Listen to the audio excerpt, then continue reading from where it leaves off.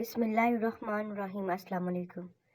خوبصورت نیتوں کے درخت پھل ضرور پاتے ہیں۔ انسانوں سے محبت کرو، یہی اللہ پاک سے محبت کا ایک پہلو ہے۔ آپ اپنی حد خود طے کرتے ہیں۔ کیا ہم اپنے بچوں کو یہ سکھا سکتے ہیں کہ کار امیری کی علامت نہیں ہوتی اور پیدل چلنا غریبی کی علامت نہیں؟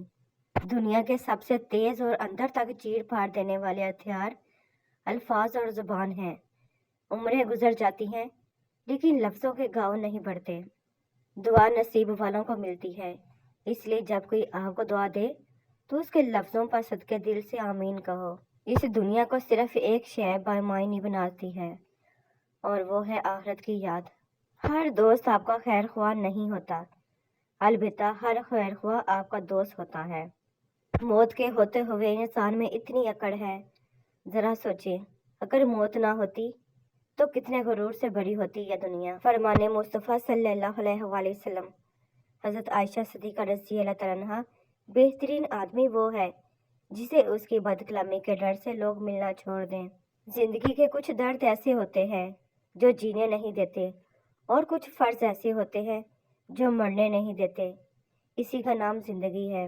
ایک بات یاد رکھیں، جب آپ کسی کا اچھا کر رہے ہوتے ہیں تب آپ کا بھی کہیں اچھا ہو رہا ہوتا ہے۔ اکثر لوگ اکیلے اس لیے ہوتے ہیں کہ کیونکہ وہ صرف سچ بولتے ہیں اور کوئی سچ سننا پسند نہیں کرتا۔ خواہشات کو جنون نہ بنائیں، زندگی میں بہت کچھ ہمارے لیے نہیں ہوتا۔ فرمان مصطفیٰ صلی اللہ علیہ وآلہ وسلم۔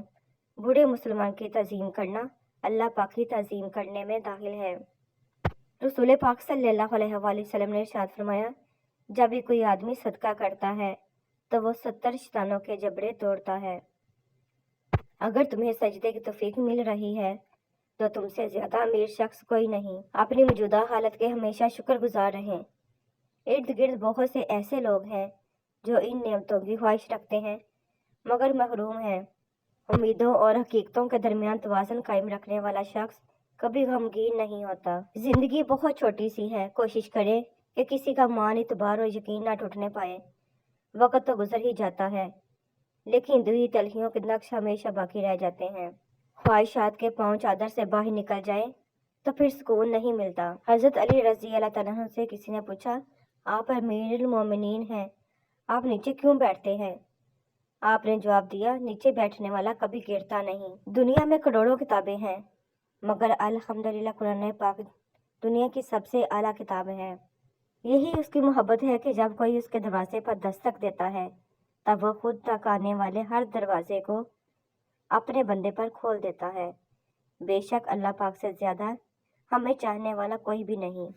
شوہر کو چاہیے وہ سب کے سامنے بیوی کو بتائے کہ وہ اس کے لیے کتنی اہم ہے۔ نرم آنکھ اور نرم دل۔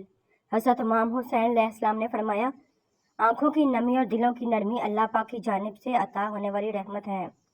روزانہ اس دنیا سے لوگوں کا رخصت ہوتے رہنا زندہ رہنے والوں کے لیے بہت بڑی نصیحت ہے۔ عورت کسی کی امیری غریبی سے متاثر نہیں ہوتی بلکہ اس مرد سے ہوتی ہے جو عزت دے۔ دکھ اگر صرف اپنا محسوس ہو تو اپنے احساس ہونے پر نظر ثانی کرنے کی ضرورت ہے۔ دوسروں کا برا وقت دلچسپ تماشا ہرگز نہیں ہو سکتا احساس رکھنے والوں کے لیے۔ اچھے اخلاق میں میٹھا بولنا ہی نہیں بلکہ کڑوی بات کو برداشت کرنا بھی شامل ہے۔ نزاکت و تخلص ہے ہم لڑکیوں کا، اصل میں تو ہم بہت سخت جان ہوتی ہیں۔